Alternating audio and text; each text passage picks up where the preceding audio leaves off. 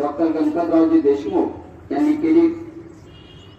त्याचबरोबर त्यांच्या बरोबरीनं त्यांच्या सोबतीनं काम करून या ठिकाणी त्यांचं कार्य पुढे चालू ठेवणारे 80 वर्षाचे माननीय संस्था सचिव प्राध्यापक विठ्ठलरावजी शिंदे सर, याचबरोबर या ठिकाणी आलेले आपले उपस्थित असणारे माननीय प्राध्यापक राजगुरू सर, राष्ट्रीय सेवा योजनेचे प्रकल्प अधिकारी, त्याचबरोबर प्राध्यापक लवटे सर।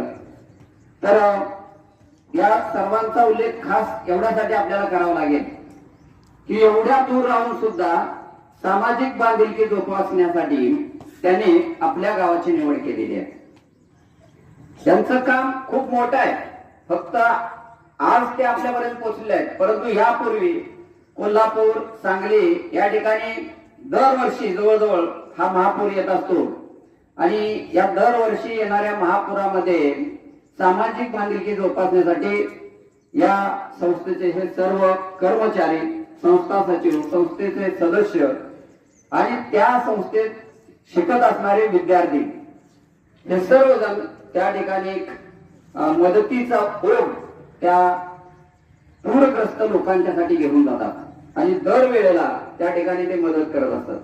नुसतं पूरग्रस्तच नाही तर बऱ्याच वेळेला आपल्याकडे दुष्काळ पडतो, पाण्याची भीषण टंचाई निर्माण होते। अशा वेळेला शेतकऱ्यांची जी जनावर असतात या शेतकऱ्यांच्या जनावरांसाठी छावणी तयार केलेली असते। तर या छावणीतील जनावरांच्यासाठी सुद्धा म्हणजे मुख्या प्राण्यांवरती सुद्धा त्यांचा तेवढाच जीव आहे आणि त्याच्यासाठी सुद्धा ते नेहमी मदत करण्यासाठी त्या ठिकाणी तत्पर असतात।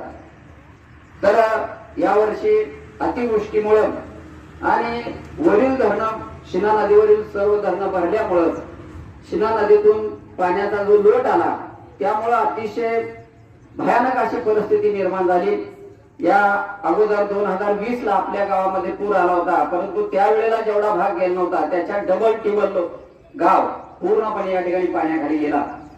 आपल्याकडं लोंढे मामा आहेत, त्यांच्याकडं त्यांच्या घरावर 10 फुटाच्या आसपास पाणी होतं। किशोर सरांच्या घराला पाणी लागलं होतं, मराठी शाळेमध्ये पाणी होतं, साधारणपणे कट्टा लेवलला म्हणजे त्या ठिकाणी जे स्टेज आहे त्या स्टेजच्या लेवलला पाणी होतं। आणि त्यामुळे काय झालं, लोकांना काम करत असताना म्हणजे फक्त आपलं खाण्यापिण्याचं थोडंसं आणि अंगावरच्या कपड्यांशी लोक बाहेर आले। मुलांचं दप्तर वगैरे बरंचसं त्या ठिकाणी राहून गेलं आणि त्यामुळं बरंचसं दप्तर भिजलेलं आहे। आणि मग अशा वेळेला आपण पाहिलंय की पहिल्या दिवसापासून साधारणपणे 21 तारखेला घटस्थापने दिवशी आपल्याकडं पूरग्रस्त लोकांच्यासाठी